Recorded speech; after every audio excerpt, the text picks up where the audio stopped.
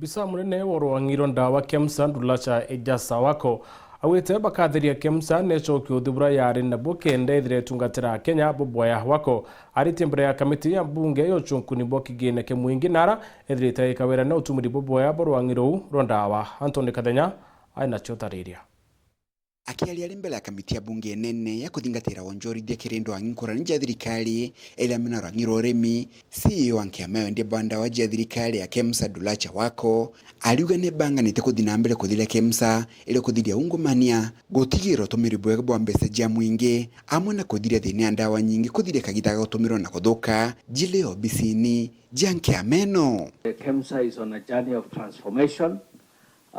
This will be history. These will be things that belong to the past. We have taken note of all the issues that have been highlighted. The transformation has not started now. For the last 1 year or two, transformation journey has started. I've gotten into the vehicle that is in the right direction.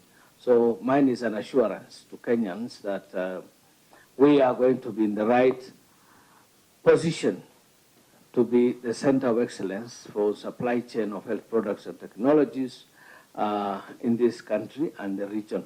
Abunge bakamiti no batongeretu ni mwekaliete Emmanuel Wangwe bakiola gebiro bingi gutumindawa nyingi jithirito ikithira kagita gagutumirwa mbele ya kagita kajo kinya gakolekero kudi gutumirwa madhibitari ni.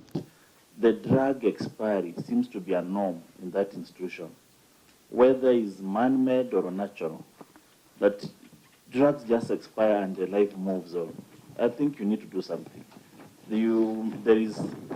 It could have been a choreographed way of stealing money to prevent that, the drugs expired. In the real sense, they were never delivered. Amwe no gusio ankiameni ya KEMSA Ndulacha wako aligo na kithiro kiwango kia ndawa ili kuthuka ni kinini na kirindea gisunzi kila gitikiritwe KEMSA ni kugire bulele nkiomba kunyia kiwango giki. So otherwise anything that we found, like especially the expiries, I know we talked about this yesterday, it is still below. It should not be allowed. We said as a country we should have 0 expiries, but let me assure you that it is still within the global allowable standard of less than 2%, which we said as a country we take it to 0. Abunge bakinyagire CEO jo kurutangu gya wega bula kubatelie. Make KEMSA be the authority this country will have confidence in terms of supplies.